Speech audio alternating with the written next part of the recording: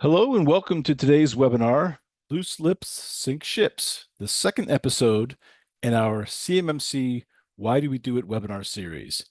Today's presentation is brought to you by Microsoft and NeoSystems. I'm Don Carnevale, Marketing Director at NeoSystems, and I'll be the moderator for today's event. If you have any questions during the presentation, you can enter them into the Q&A area within Zoom. We will have time at the end of the presentation to answer your questions. Now I'd like to introduce the host for today's discussion, Stuart Itkin from NeoSystems. Stuart?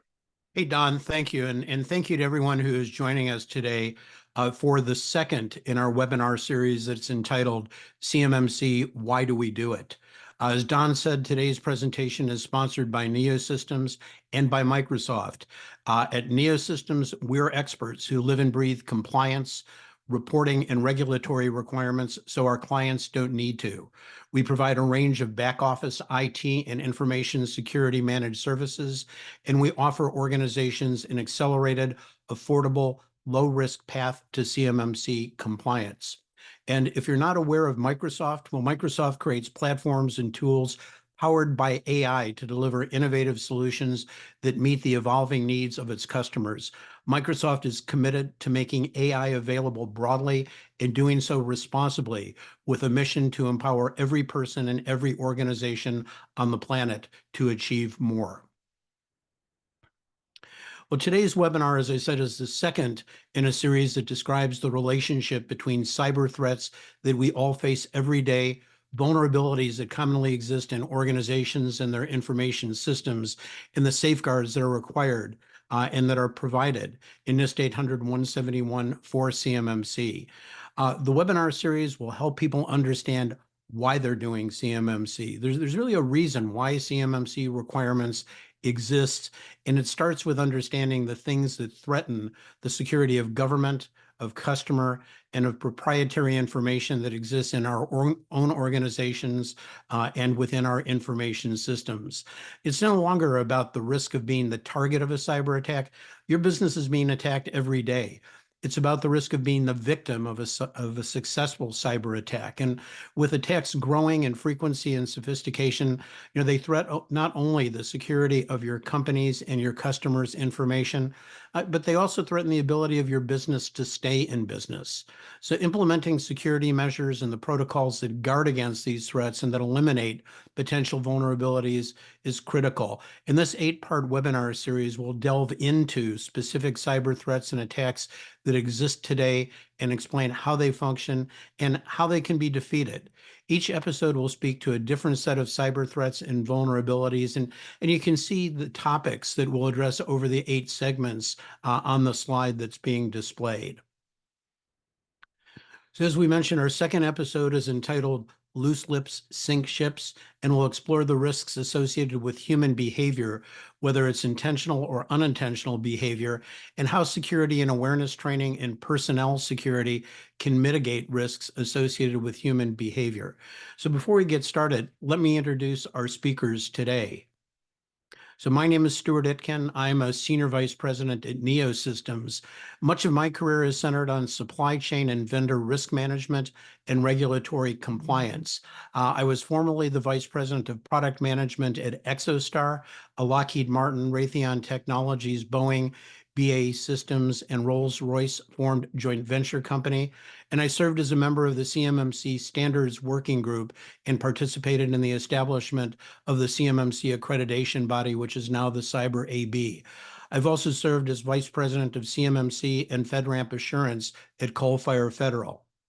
Ed Bassett, Chief Cybersecurity Evangelist at NeoSystems, is a subject matter expert with over 30 years of experience in all aspects of security and privacy program architecture, design, management, and operations. And Ed's experience spans government, healthcare, financial services, and other industries, and includes risk management, program planning, application and software security, security assessments and audits, and security operations.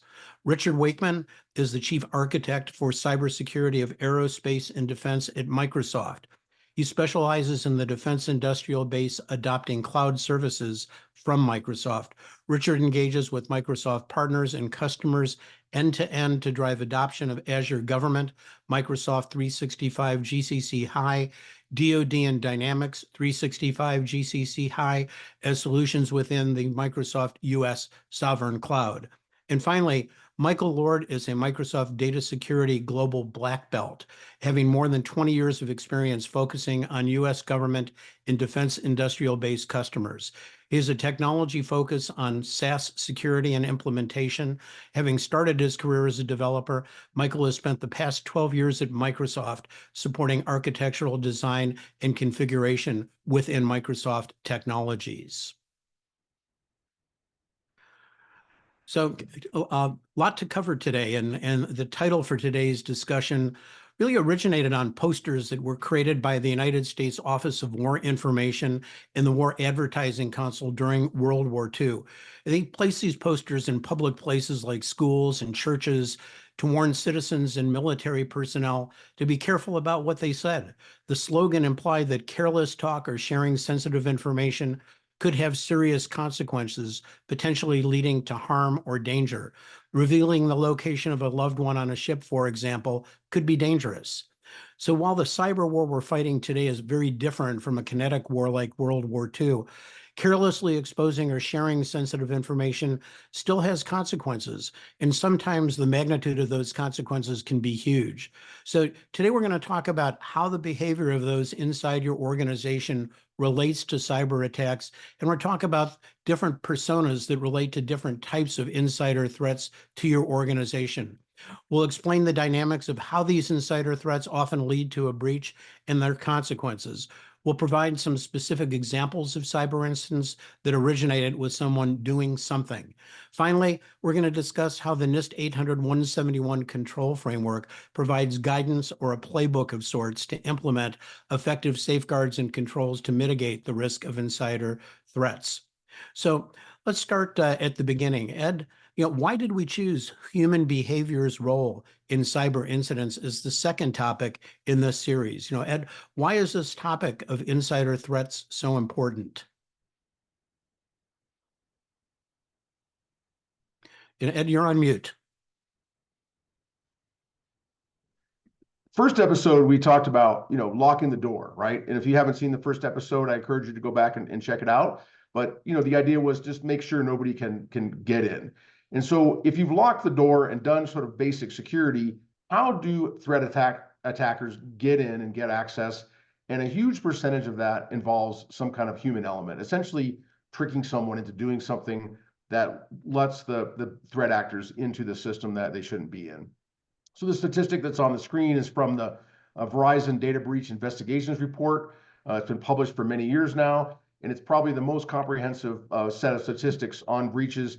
For this year's report, Verizon analyzed over 10,000 breaches, and they found 68% of those breaches included some kind of a human element component.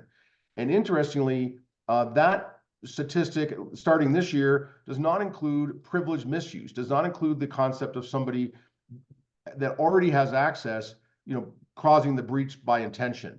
So that metric of 68% is really just the unintentional human behavior. It's people being tricked. As a few more statistics from that report, they found that 65% of breaches were external actors, as you might expect, criminal organizations, state-sponsored, that sort of thing. But that leaves 35% of its breaches out of that 10,000 that were from internal actors. So the concept of insider threat is real. If you take the 68% where somebody, was tricked, maybe unintentional, and you take 35% where you've got internal actors being the initiating cause of the breach, that's a lot. Of those internal actors, we think about insider threat, we think about the disgruntled employee or maybe somebody that's, otherwise intentionally out to get the target. I will point out that, there's a pretty good number of those, 73%, according to Verizon's report, that were errors, non-malicious. So people just making a mistake. But nonetheless, if that starts a chain of events that allows a breach to occur, it's something that we need to be able to control and control that behavior, guide that behavior, give people the tools they need to not make those kind of mistakes. The other interesting statistic that I pulled out of that report was end users was about 26% of breaches where the threat actor was an end user, and meaning an average employee or a contractor, not somebody in IT, not somebody with a lot of privileges or a lot of access, but just the common users. Still accounts for a pretty big number.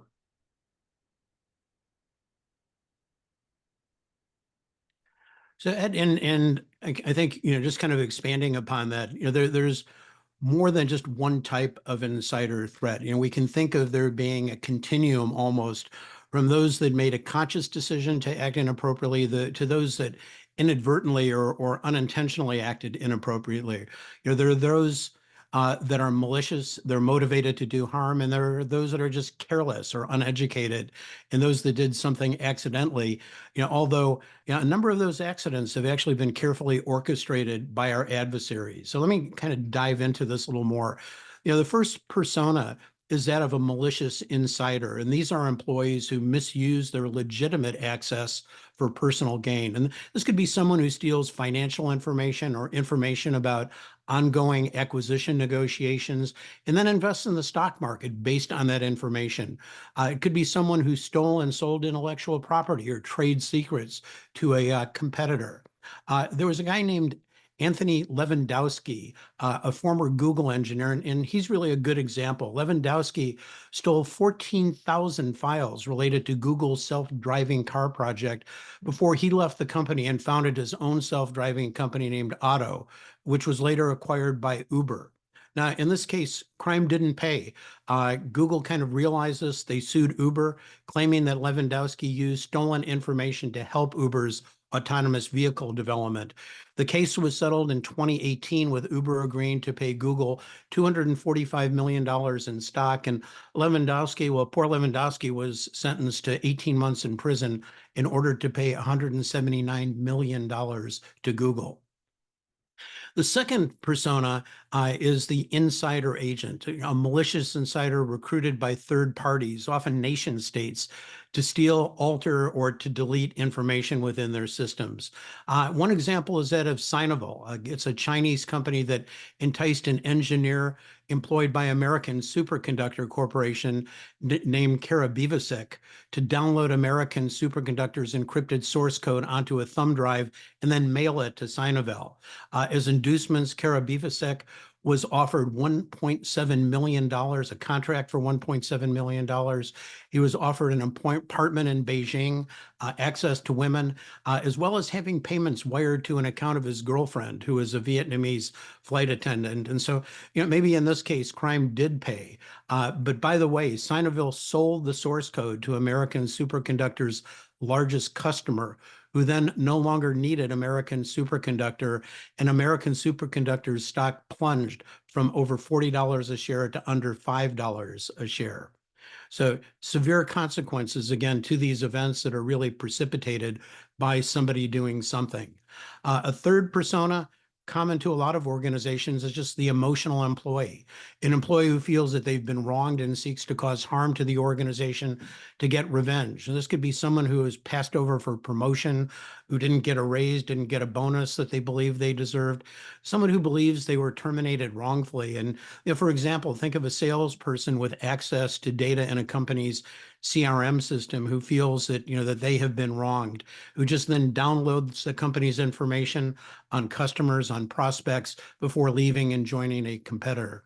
And finally, there's what we refer to as the reckless employee, someone who neglects the organization's policies and procedures, or just doesn't care. And these are the employees that are most likely to fall prey to a phishing email or to open a malicious email attachment. So let me ask Michael and Richard, we know that most cyber attacks have a human behavior component. We know that insider threats can range from intentional and malicious to reckless and unintentional, but how does bad behavior become a breach?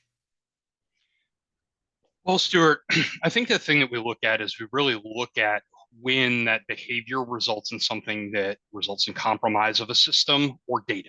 So really, when we look at some of the things that have happened in history, We have some recent evidence from some manufacturing entities out of Georgia where a user was leveraging their position to work with the supply chain to then ultimately pull back confidential information that was shared with them in their current role from their actual supply chain. So at that point, they started collecting other companies' confidential information and combining it together in their assembly. Then when they took that information, they became part of an actively recruited element with one of our foreign adversaries who was very interested in intellectual property. And ultimately, they attempted to copy information out and bring it to start a business in that country. So from that perspective, from a malicious perspective, it started, the breach itself started when they started leveraging their information to pull information that they should not have had access to through from the supply chain into their environment. So they haven't left, they haven't even gone to a nation state yet. They haven't done anything with that information other than they have used their position in their company to pull other companies' confidential information into their sphere of influence. Yeah. So, and Richard, it seems that a lot of this then has to do with access and gaining access. Any other ways in which somebody takes or uses kind of this malicious or just inappropriate behavior to be able to then gain access and what they then do once they have access? And Richard, you're on mute. Yeah, in terms of looking at a vast majority of the intrusions that we see into networks, many of them can be blocked by just simple behavior like enforcing multi-factor authentication. And what we see is oftentimes, that there's a lack of discipline that you would find in protecting those systems so that, people are being phished or whatnot, that they end up either handing over their multi-factor tokens or ultimately end up with basically letting their credentials not only leak in terms of exfiltration, but also giving their MFA in such a manner that the bad actors can come in and potentially even reset their MFA factors on them. The other thing to think about is, in terms of looking at, the supply chain, especially with the industry that we work heavily within, that the supply chain oftentimes has a weak link that would happen somewhere down inside the supply chain. So you may have, really high discipline for protecting systems with the defense industrial base prime contractors, but then when you get into some of the subcontractors, they may not enforce controls on their systems at all, in which case you may end up with a breach that happens lower and infiltrates up the supply chain, right? Yeah.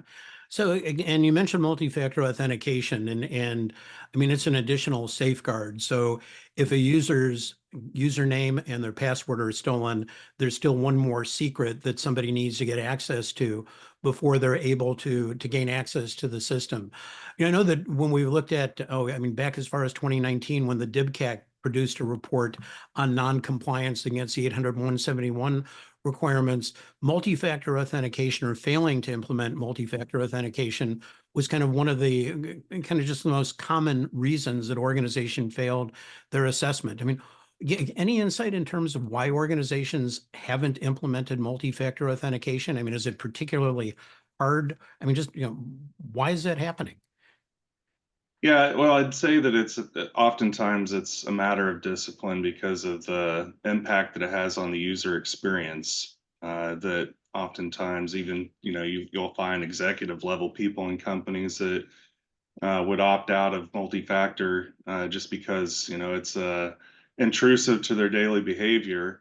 I would say there's also a technology challenge in that many of the legacy information systems may not support multi-factor authentication. So you'd end up in a scenario where you have to refactor the access to the application, such as, injecting a proxy in front of it or enforcing a VPN multi-factor authentication, et cetera. But yeah, it oftentimes really does just distill down to that discipline of enforcing it and sticking to it, right? Right. And Stuart, to add on to that, I do think a good example, when never underestimate the importance of securing legacy architectures, legacy technology. Microsoft publicly acknowledged in January of this year, associated with the Midnight Blizzard nation state attack. Some of you know them as APT-29, that the adversaries were able to access a limited number of Microsoft email boxes through accessing a piece of legacy technology. So they went into what we call a legacy tenant, a test environment, and they were able to password spray the test environment and use that to gain a limited foothold into the Microsoft footprint. So when we talk about some of where this comes in is people always forget the test environments, and going back particularly to legacy test environments and making sure those are secured. So as part of your security assessment across your entire boundary, it shouldn't just be production. It should also be your test environment. It should be anything really that you're accessing. And as in this industry, when we talk about supply chain, everyone down the supply chain. And I think from my perspective, when we talk about why we do this, we are attempting to secure the supply chain end to end across every company, every vendor, every parts manufacturer throughout the entire chain to ensure security end to end for whatever we may be producing. But and even a breach of the smallest supplier in a supply chain, if they're just unable to operate their business, affects the DoD's ability to get vital components, to get vital systems that it may need. So it really is everybody within the supply chain that is really needs to be diligent as part of this. So, And Stuart, I'll just toss into that. I think, the issue of having MFA in place wasn't a challenge that's starting to go away. Most systems now do have MFA in place, but we're seeing attackers coming up with ways to get past that, to MFA bypass attacks. Yeah. And some of that is still taking advantage of human behavior, flooding the user with requests so that the user, to make it stop at 2 o'clock in the morning, will press the approve button just to make it stop, to make the request stop coming in. So the threat's still keenly aware of human weakness and how to exploit that. Yeah. Well, and Ed, you bring up a really interesting point. Microsoft produced a security report about a year ago, last summer, around nation state adversary. The same Midnight Blizzard nation state adversary was effectively reaching out to individuals via Teams external chat. So they were basically coming out. They had created these identities that said, Microsoft identity security. And they were reaching out to the users and saying, this is Microsoft identity security. And external chat, people were accepting it. And they were saying, please press this number on your MFA when it pops up. This is a normal security permission capability. And effectively, it's a very old concept. It's the same concept that we see with people picking up the phone and it's a spam caller going, yes, we're calling from Microsoft. We need access to your computer. Well, it's the same concept, but moved over into a new form factor, which is chat. So some of these attacks are really just going after changing the technology or changing the vector, but still relying on human weakness in their response in order to gain a foothold. Right. And any idea, I mean, Ed, you talked about some of the statistics, but when we look at the types of inside threats, those that are kind of unintentional, somebody being duped by a phishing email versus those that are malicious, how did the scales tip? Are they more on the kind of unintentional, somebody being tricked into giving up credentials, or are they more on the malicious side? From the statistics I was, talking about before, definitely more on the unintentional, right? More of the insider factor is somebody who's trying to do a good job, trying to do the right thing, and they either get tricked or they make an error. So it's by far the majority. There are certainly some insiders that are doing it intentionally, that are co-opted and are witting in the plan. But yeah, the vast majority, about 3/4, I think, was the statistics from that Verizon report, and that's just one data point, but it's the majority is unintentional. So we'll get into a little bit things that an organization can do a little bit later in this discussion to kind of prevent people from being kind of tricked or duped into clicking on something they shouldn't. Let me just kind of double click on something other that we've been talking about. I mean, we learned a lot about authorized and unauthorized access in kind of episode 1 of this series. And it appears to listening from the conversation with you, Michael and Richard, that bad behavior or reckless behavior and unauthorized access are really closely related. I mean, is there a playbook that bad actors follow to induce or create bad behavior to gain access? And how does one protect themselves from the things bad actors will do to gain unauthorized access? Well, we've been watching this, the threat actors out there for quite a while now. And so, there's a good analysis of the tactics that they use. Some of that broken down by specific tools, specific tactics used by specific groups. But this is sort of the general playbook on the screen now, right? So sort of the general sequence that we see threat actors doing. They are going to look first for an open door. And we talked in our last episode about, locking the doors, making sure that that's there. So that open door could be an access policy that's set wrong. It could be a technical exploit, which we're not really diving into too deep today, but sometimes they find a weakness in the system that they can exploit directly. And, often automated scanning and that sort of thing. So looking at a target, understanding them, and then looking for open doors certainly would be the easiest way in. And again, that can often be highly automated by some threat actors. But number 3, if that doesn't work, number 3 is trick someone into letting you in. And I think, that's what we're going to dive into in detail today is how do you get someone to let you in the door? And I guess I want to point out that this is not often a direct way to the things of interest. So whatever the threat actor is trying to do, whether they're trying to steal secrets, corporate secrets, or federal secrets, or whether they're trying to extort money, they often don't get that directly by, tricking someone. What they get there is a foothold, a foot in the door. And then from there, they get to play out the rest of their playbook, those items 4 through 7 on the screen, which we're, future episodes, we're going to dive into those a little bit and how we prevent those things from happening. But yeah, often, large percentage of the time, that is a step that they'll take. It's a step that's often not automated. So there's a manual component, meaning they might spray the organization with phishing attempts, or they might target, they might research certain individuals and personas and go after them directly because of their job title and the access they have, or because they have shown a propensity to weakness in the past, right? They've sprayed some phishing out there and they know who clicks. So then they put something really dangerous in front of them and do it in a more targeted way. So yeah, sometimes it's automated, but often it's a manual piece of really getting the foothold that lets them then carry out their attack. Okay.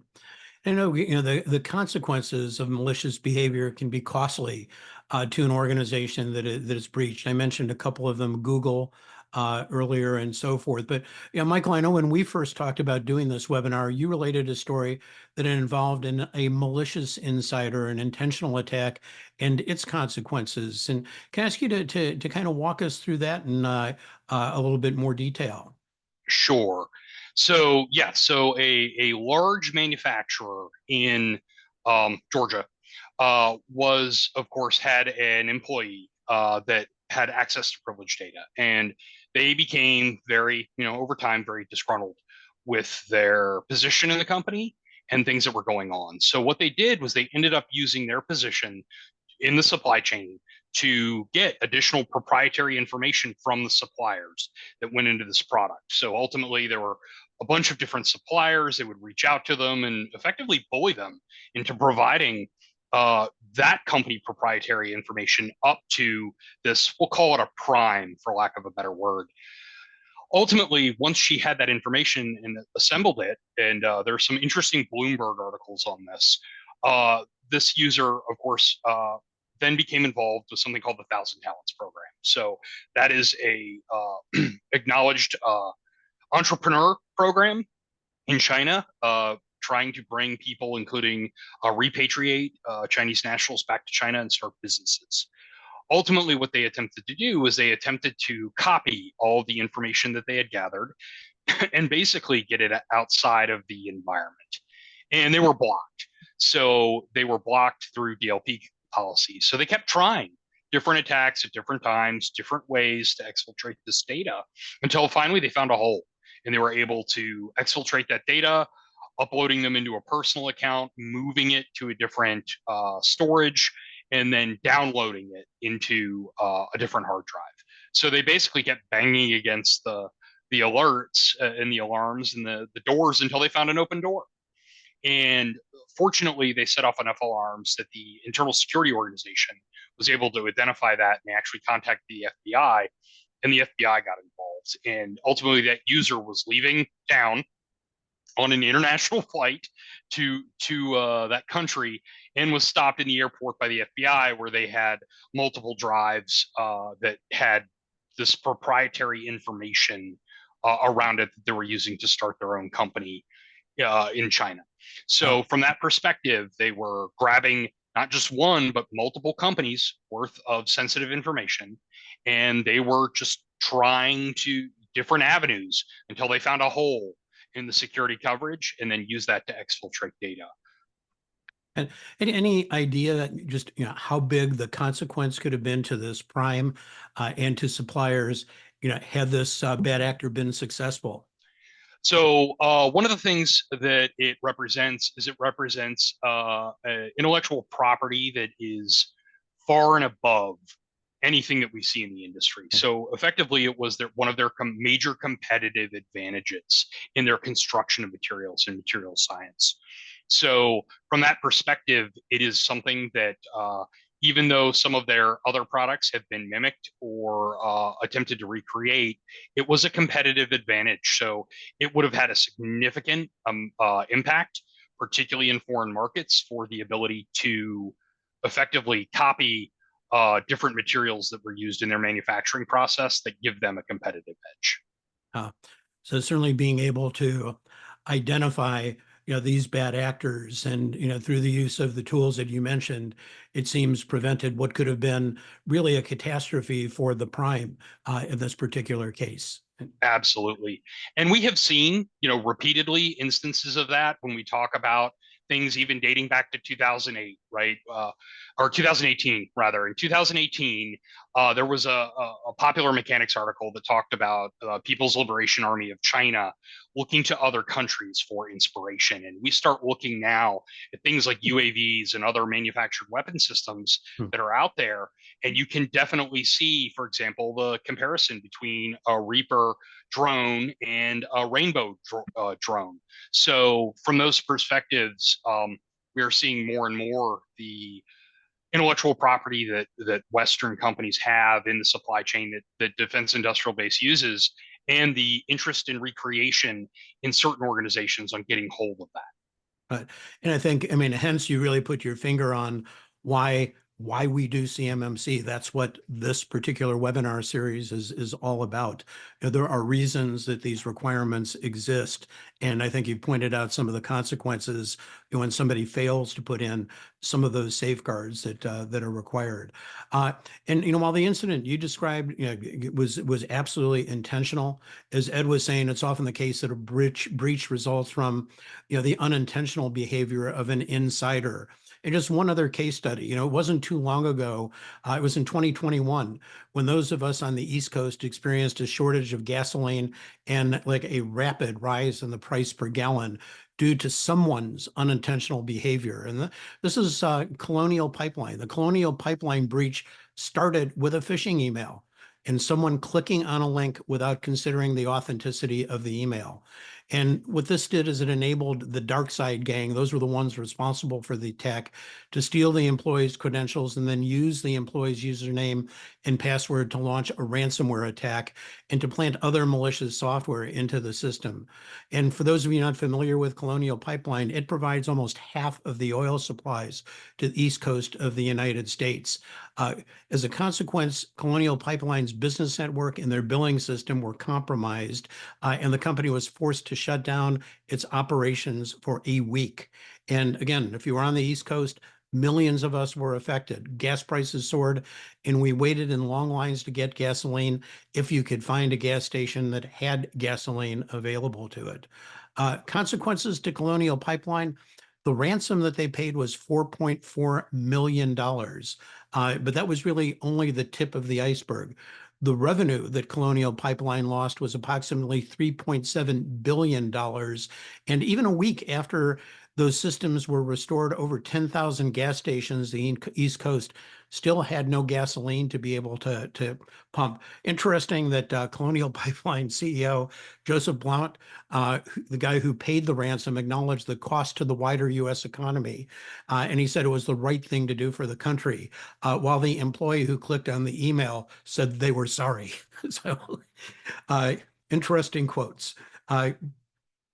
So again, I think as Michael pointed out, it's clear that the government is concerned about cybersecurity, and not just for itself, but for companies that supply to the government at all tiers of the supply chain. And we see this in programs like the DoD, CMMC, as well as programs that are being implemented by other agencies across the federal government. You know, the DoD, as we know, is elected to use NIST 800-171 as the mandatory compliance framework for primes, subs, and suppliers that handle controlled unclassified information.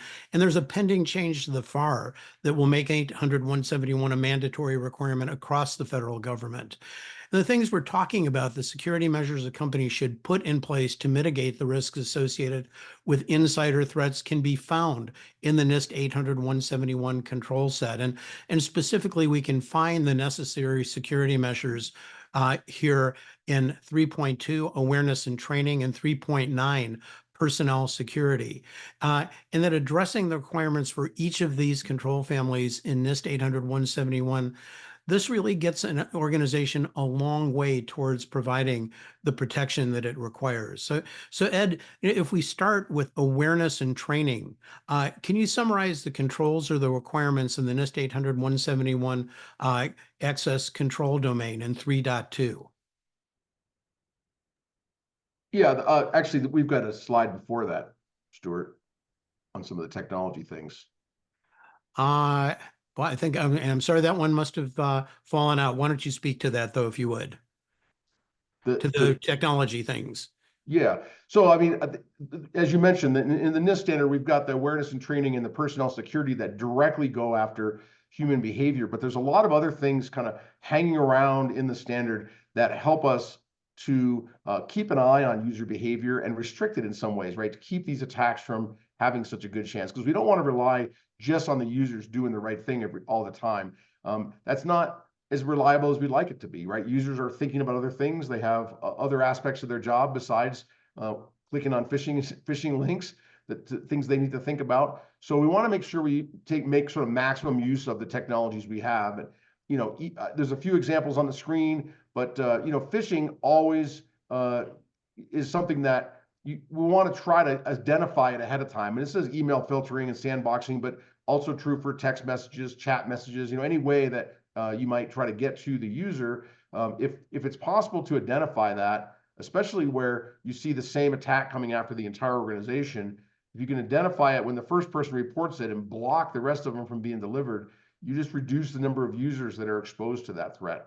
We've talked earlier today about the role of MFA and making sure that we have good, you know, good resistance against credentials being stolen. And then, you know, just, I guess I'll let the Microsoft guys maybe talk a little bit about some of the things that Microsoft's doing around, you know, conditional access and checking for things that seem suspicious and getting those alerts in the hand of the administrators that might take some action. Do you guys want to talk briefly about that? Yeah, I can jump in here. In terms of looking at a major strategy that has evolved over the course of time, is be like zero trust architectures and configuration. So, you know, early on, we really looked at, you know, the firewall as being the perimeter and blocking access to your networks. But now with insider threat, as well as phishing attacks and so forth, that you end up with additional safeguards that are required, such as looking at conditional access to your environment. And that's especially important if you're looking at the context of the data that you're attempting to protect. So I think there's not only training, but there's operational security or OPSEC that you need to introduce in terms of making sure that people have the right discipline to set the proper permissions and access to the content, label it if it's highly sensitive information, and then apply additional safeguards to it. So for example, not only would you enforce multi-factor authentication as we discussed before, but if you have highly sensitive information, you have assurance levels of MFA that you may actually step up and enforce a higher integrity level for fish resistant MFA, for example, using a YubiKey or a FIDO2 token or a pass key, etc. But there's also identity as a control plane. Think about not only is the user authenticating to get access into the system and to access this highly sensitive information, but also where are they connecting from or what device are they using? Is a device that they're connecting with the endpoint compliant? Meaning, is it been compromised or does it meet the security requirements of your organization? So as people are going to access this sensitive information, it can do checks to ensure that not only do they have a strong credential, maybe even passwordless authentication or phish resistant MFA, but the device that they're connecting with is managed by your organization, has endpoint detection response properly configured and data loss prevention in place. And ultimately, if that checks, then they can be able to then look at, for example, are they connecting from where they're normally connecting in using machine learning and artificial intelligence kind of built into the program or to the access to the program, and ultimately could prohibit people from connecting if they're coming from an embargoed country or maybe even impossible travel, for example. All these capabilities, for example, you may find available within Microsoft's suite of products, such as Microsoft 365 and the Office 365 Productivity Suite. But it really does take an opportunity for you to go in and make sure that you're enforcing a number of these policies within your organization and identifying a taxonomy to protect your data, whether it's export controlled data or highly sensitive intellectual property, et cetera, and to have users have the right behaviors to set the right permissions to enforce the labels, which then would additionally be protected by these zero trust policies. Yeah. So we want to make it easy for the user, right? As much as possible, make it easy for them to do the right thing and give them a little clue that helps them. And I think one of the common examples we see is, when an external email gets a nice big warning banner on the top of it, which, Microsoft Suite can put on there if you configure it properly, if the administrators take care to do so. Is that strictly required by the NIST standard? No, it's not. But it's a really good practice that's very easy to do, and it clues the user in. It says, we're not sure this is an external email. We're not sure if we should trust it or not. And so the user then is aware that they need to take a little extra vigilance because it's coming from an outside source. So just those simple things definitely reduce our reliance on the users to figure it out for themselves. Yeah, and Ed, what we're seeing is that users, if you make things way too complicated for users, they're just not going to do it. They're going to find a way around it. So you've got to figure out how to balance all that. With the prevalence of cloud systems or even on-premises third-party technologies, right? So you're bringing in a bunch of technologies. Sure, you could create separate usernames and passwords for every single system. And then all you're going to do is end up with a whiteboard behind you with all the usernames and passwords listed, right? Or little sticky notes on people's computers. So what you end up having to do is figure out, okay, what are the users doing? How are they doing it? And how do I put an appropriate boundary around that? And some of the tools, particularly with AI, we talk about things like the ability to adaptively look at what's happening, find unusual behavior and react to it, changing policies on the fly faster than any human can interpret. Those are the types of things that Microsoft and other technology companies are focusing on. Taking that AI, that ability to create a very highly accurate sub-second level of analysis, and then take an action that changes things or change what's going on. Okay, I was letting you download data. Now you're done downloading a lot of sensitive data in an unusual pattern, Now I'm going to put a DLP rule in that blocks you, or now I'm going to change your authentication and authorization mechanism, make you sign in again, make you re-MFA. All of these different technologies really come into bear because you want things to be simple for the users, but you also have to remember that this is designed, this whole CMMC thing is designed to protect sensitive, unclassified information that is shared by the Department of Defense with its contractors and subcontractors, and provide assurance behind that, right? Commensurate with the risk from cybersecurity threats. So, kind of quoting the Federal Register there, but from that perspective, users are going to find a way around it if you can't make it usable, if you can't make it simple for them to enact. Yeah. And as much as we can employ technical solutions to kind of help, we're still dealing with people and human behavior, and kind of awareness and training become a big part of that. I mean, there's only so much we're going to be able to do with technology. So, Ed, what are some of the requirements that we see within NIST 800-171, and perhaps just practically beyond NIST 800-171, for making people aware of their responsibilities and kind of heightening their sensitivity to the types of things that may be in the environment to try to trick them? Well, there's three things required by the NIST standard. One is security awareness training. The second is role-based training for people who have actual duties involving security roles. And then the third is recognizing and reporting insider threat. So it's kind of a see something, say something kind of concept. So to take a quick look at those, the awareness training, we think of, maybe when you're hired, you have to go through some training videos, maybe once a year, but there's more to it. The NIST standard mentions, reminders, advisories, notices, pop-up messages, posters, events, all kinds of things that you can do to get security sort of front of mind, and make people aware of the kind of ways they might be tricked, and and then give them some tools to react to that in the proper way. On the screen mentioned simulated phishing exercises, right? This is sort of a newish way to do it. Instead of training people in a training class kind of mode, you test them out. You give them some things that are suspicious looking, and you watch how they react, and you give them positive reinforcement, maybe negative reinforcement if it's necessary.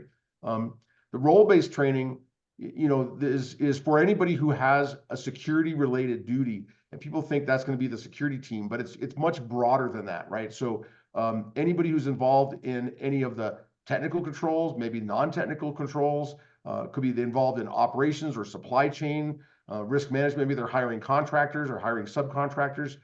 All those folks who, for whom security behavior, security awareness is key, should be covered by your role-based training program. And then the third one, insider threat, that's, we talked a lot about the kinds of things that people have done when they're disgruntled or when they're financially motivated. So there's things that the NIST standard mentions to train people to look for: unexplained financial resources, bullying or harassment behavior, workplace violence, multiple policy violations. These are all things that people may see in their coworkers or their subordinates, that you want to make sure that they're aware that could be an indicator that they might later be involved in some insider threat. So you want to report that at the early suspicion stages and not wait for an event to actually happen. Yeah, and Ed, we see that that certainly we can try to sensitize, train people to not do something unintentionally, but we're talking about risk, and sometimes just a matter of recognizing which individuals may represent a risk to an organization. And I think this is where the personnel security requirements come into place. Maybe, and I just want to be cognizant of the time as well, but maybe if you can touch on personnel security as well, and what are the requirements that exist around personnel security? There's two in the NIST standard, and they go directly to making sure that the people that you hire are in fact trustworthy to handle the kind of sensitive data that we've been talking about. So the first is screening prior to access. So that's typically done as a hiring thing, although lately we've seen that moving more towards continual checks, where you're looking not just, is the person have a clean criminal record at the time we hire them, but do they maintain that clean criminal record? Do they maintain a clean financial status, right? Things that might make them vulnerable to exploitation by threat actors. So, so again, this standard doesn't specify whether you do it once or continuous or how it goes, but they do say that you have to look at the integrity, judgment, loyalty, reliability, stability, basically look at the trustworthiness of folks before you give them access to CUI. And the second requirement in there is around protecting systems during and after terminations and transfers, right? Those kind of transition activities are when a lot of breaches may happen. So when somebody is terminated, they're angry, they're disgruntled, or maybe they weren't fired, maybe they got a better job, but they see a way to do something negative to their employer on the way out the door. So that protecting those systems, NIST doesn't say exactly how you have to do that, but they do talk about making sure that you get all the things back from that employee, their laptop, their phone, ID cards, tokens, keys that you might have given them. They also talk about doing exit interviews. They talk about the role of NDA, reminding them of their ongoing need to protect CUI. So if they've agreed as an employee to protect that data while employed, if they terminate and leave or transfer to another job, they still have to maintain the confidentiality of whatever they might have been aware of. And the last thing they mention in there is disabling accounts in a timely way. So as someone is terminated, making sure that the access that they had goes away. And that's fairly baked in for when people are terminated, but it's also important to do it when somebody transfers to a new job role, right? That new job may require a different kind of access. So often employees will just carry the access with them. It's convenient, but it's important to check it at the time of that transfer. And this requires you to look for that and make sure you're not giving someone access they don't need in their new job. And so I guess what you're really saying is that we pay attention a lot to hiring practices and onboarding processes and procedures, but we need to pay equal attention to kind of offboarding and termination procedures. Both represent opportunities for bad things to happen. Correct. Right. Yep. Yeah. Good. Michael, Richard, anything that you'd add with respect to personnel security? I mean, the only thing that I would add right now, Stuart, is, it's now gotten a lot of recent media play that KnowBe4 has publicly acknowledged that they went through a hiring process with someone who had a stolen identity, a North Korean threat actor, who was hired. And they, of course, sent them their laptop and their onboarding before they had any access to any data. And they were trying to load malware into the corporate network in trying to manipulate their corporate laptop and gain access to resources. So this is a thing now. We're starting to see AI play a role in how candidates are being screened, how they're creating fake resumes, fake photos in this case, and trying to use that to basically get involved with organizations that are targets. So this is something that's continuing to evolve, and AI is starting to play a role in that. Yeah. So it seems like it's really continuing escalation in terms of the sophistication of the threats in this case, the protections that we put in place technology-wise, as well as policies and procedures. And it just keeps kind of, going up a step at a time from each side, taking the next step, so to speak. So, And it seems like every week it's getting more advanced. yeah.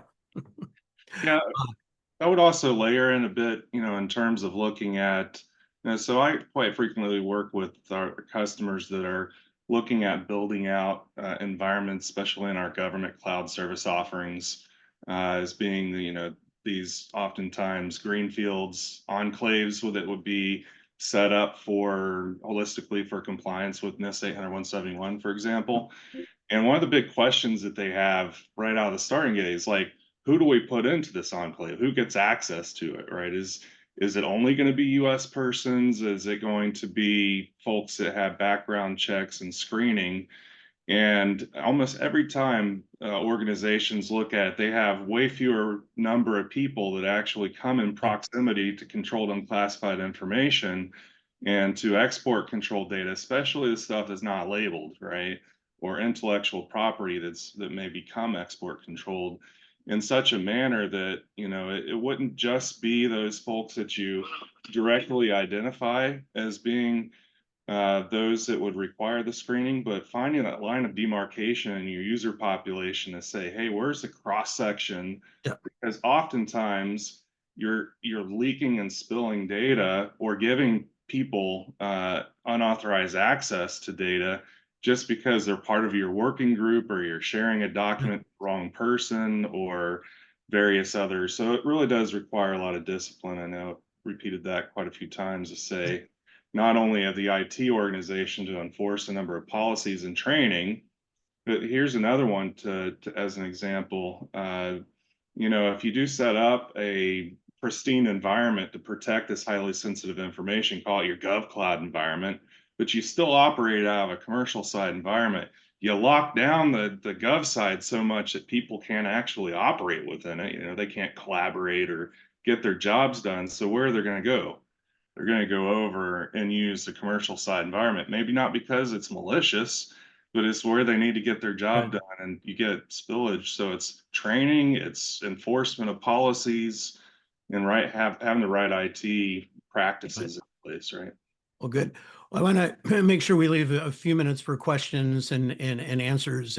I hope we've given people attending a lot to think about today and to understand again why we do the things that CMMC tells us that we need to be doing, things that are in 800-171.